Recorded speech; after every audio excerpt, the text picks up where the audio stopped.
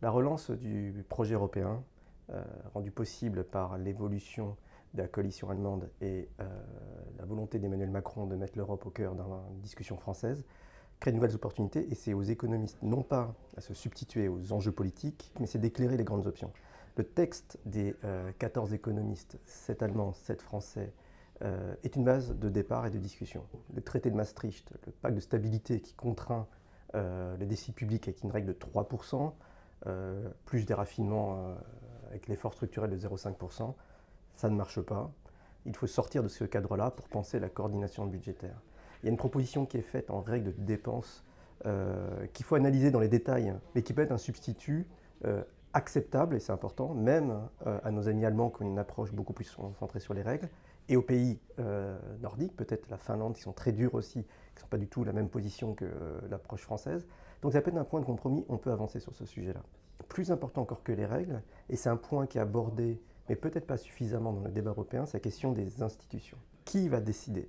Est-ce les parlements nationaux, le Parlement européen, la Commission européenne, l'Eurogroupe, le système, le MES, le mécanisme européen de stabilité, qui est en voie de constitution et qui pourrait être une sorte de fonds monétaire européen dont on parle? L'enjeu institutionnel me semble essentiel. Il faut des règles de vote qui permettent à tous les pays d'être représentés, qui ne donnent pas des droits de veto de fait aux grands pays, aussi bien à l'Allemagne, mais aussi à la France, qui sera la condition, quel que soit l'instrument, d'expression d'institutions qui fonctionnent et qui sont démocratiques. Donc autant que les outils, l'expression de qui décide en cas de crise pour refinancer tel pays, pour transférer de l'argent à tel pays, avec les règles de vote, me semble essentiel pour la Constitution européenne. Dans ce cadre, encore une fois, je pense qu'une représentation démocratique des États dans le cadre intergouvernemental et des parlements nationaux et du Parlement européen, renforcement du pouvoir du Parlement européen serait bienvenu.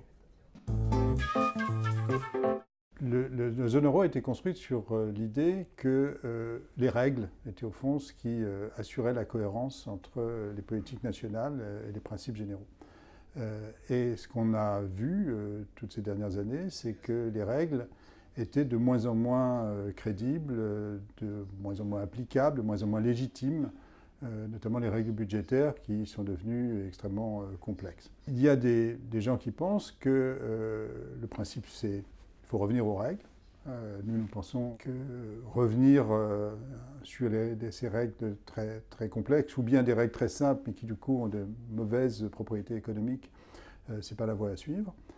Il y a des gens qui disent au fond, on n'a pas besoin de règles, on verra bien, mais ça, il nous semble que ce n'est pas acceptable pour les pays d'Europe du Nord. Ça revient à dire implicitement qu'à la fin, s'il y a des comportements irresponsables, ce sont les banques centrales qui garantiront des dettes en dépit de comportements irresponsables. Et ça fait porter le risque qu'un certain nombre de pays disent nous, on ne veut pas jouer ce jeu-là. Il y a la tentation en Allemagne qui émerge de dire ce qui va discipliner le système, c'est la menace de sortie, c'est la menace d'expulsion. Donc simplement, on va dire, si un pays ne se comporte pas bien, on va l'expulser. Et nous pensons que c'est un risque très important parce que ça voudrait dire qu'on affaiblirait la cohésion de l'ensemble. Et donc nous disons, il faut accepter qu'en dernier ressort, une dette insoutenable doit être structurée. Ça doit être dans le cœur des principes communs sur lesquels on fonctionne.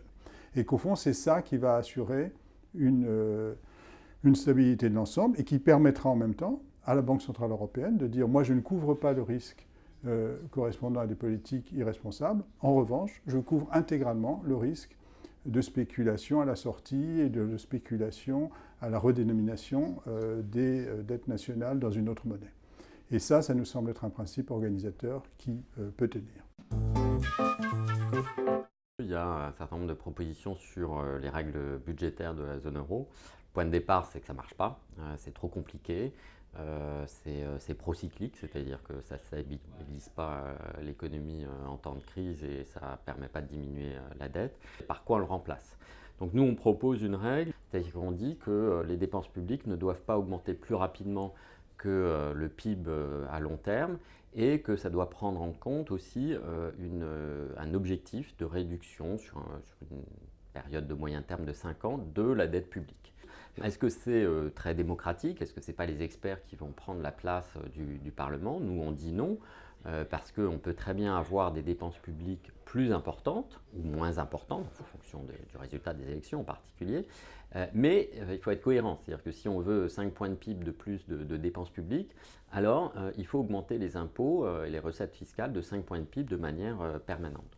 Aujourd'hui, on a beaucoup l'impression, que ce soit en France, en Italie, et que le débat budgétaire, il est décidé à Bruxelles et qu'il n'y a plus de débat budgétaire national. Nous, on dit en effet, il faut renationaliser le débat budgétaire, mais ça implique aussi plus de responsabilité. C'est-à-dire que si les pays veulent faire plus de dépenses publiques, eh bien dans ce cas, il faut qu'ils aient une augmentation de leurs taxes, hein, et donc il faut qu'il y ait une discussion démocratique sur ce sujet. Et puis par ailleurs, si en effet ils veulent aller au-delà des dépenses publiques qui sont déterminées par notre règle, eh bien dans ce cas-là, il faut qu'ils prennent aussi la responsabilité, c'est-à-dire qu'il faut que sur les marchés financiers, quand ils vont émettre de la dette, hein, eh bien il faut que cette dette soit, en effet, elle sera plus coûteuse pour le pays parce que c'est ce qu'on appelle une dette subordonnée, hein, des junior bonds. C'est-à-dire que c'est une dette où on dit au marché, ben voilà, ça c'est une dépense excessive, elle est financée par cette dette subordonnée et donc elle sera plus coûteuse. Donc nous, ce qu'on dit, c'est plus de flexibilité, plus de débat national au niveau des institutions nationales, mais aussi il faut accepter du coup plus de responsabilité, mais il faut bien voir qu'en effet, si une dette n'est pas soutenable, à un moment ou à un autre, elle sera restructurée.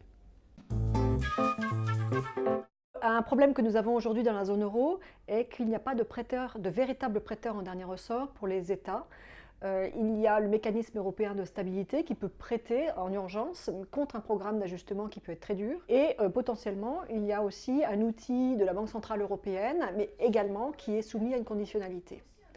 Alors, dans cet environnement-là, les banques dans les différents États membres ont pris l'habitude d'acheter beaucoup de la dette publique nationale. Et ça entraîne une vulnérabilité particulière de la zone euro qui passe par les banques. Puisque en cas de crise sur la dette souveraine, les banques auront du mal à se refinancer auprès de la Banque centrale européenne parce que tous les titres de dette publique qu'elles détiennent vont être soumis à des cotes et elles auront moins accès au refinancement de la Banque centrale européenne.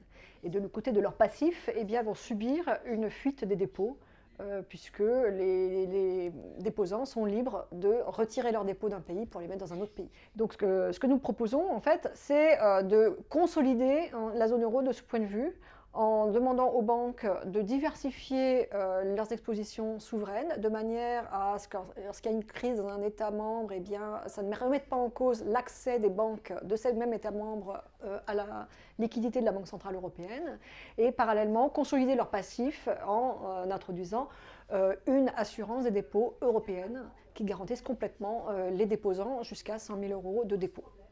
Alors ça permet en fait de séparer le risque souverain, le risque qu'un État membre ne soit pas capable de faire face à ses engagements vis-à-vis de ses créanciers, et le risque de sortie de la zone euro. On a vu pendant les crises grecques, chypriotes, on a vu que les deux risques étaient complètement corrélés. Pourquoi ? Parce que les banques elles-mêmes sont soumises au risque souverain et en cas de crise souveraine, ont des difficultés à se refinancer. Si on met en œuvre l'ensemble des propositions, ça consolide énormément la zone euro, ça réduit énormément le risque d'une crise violente à l'avenir.